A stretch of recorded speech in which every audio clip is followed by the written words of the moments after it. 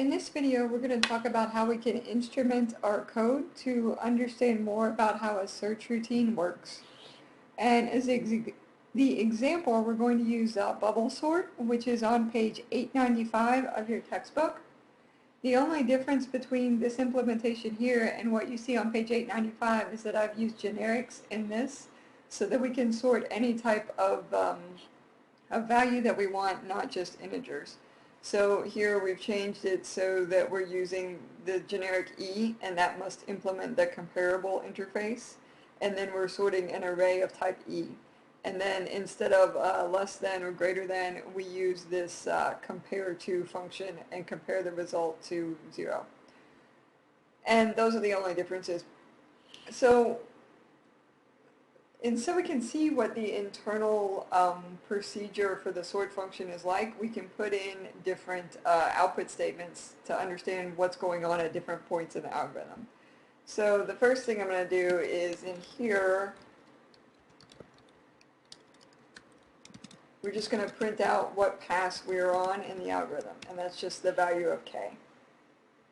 And then once we get into this inner loop here, we're just going to print out what the algorithm is doing at each step. So we'll print out a tab, and then we'll print out the current value of the array. So arrays.toString list. And then we'll print out what the algorithm's going to do. So it's comparing list sub I to list sub I plus 1. And then if it makes it inside this if statement, that means we need to swap those two values. So we'll print that out.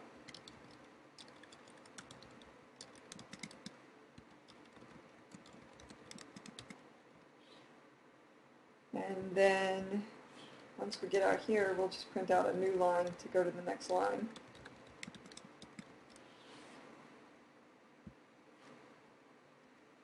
And then once we make it out of this inner loop, we'll print out what the array looks like after that pass is complete.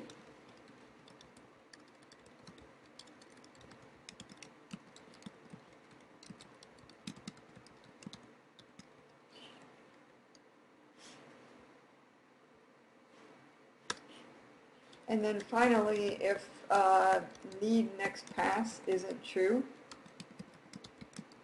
then the algorithm has quit early, and we'll print that out as well.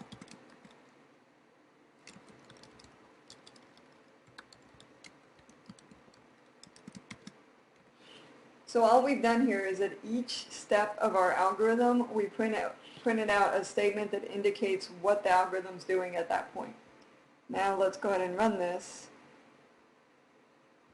Not quite what I wanted that to look like. Just a second. Okay. So we see here is our original array, which I declared here and passed into the sort function. And then in pass 1, we see at each step what the array is doing. So this is bubble sort, so it compares the two adjacent values and swaps them if the one on the left is bigger than the one on the right. So first we compare 4 and 19.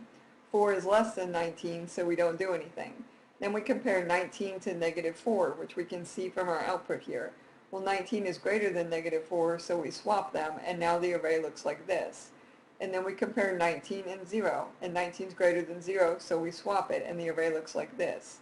So at the end of the first pass, our array looks like this. Then we go into pass 2, and we see all the same output statements. First we compare 4 and negative 4.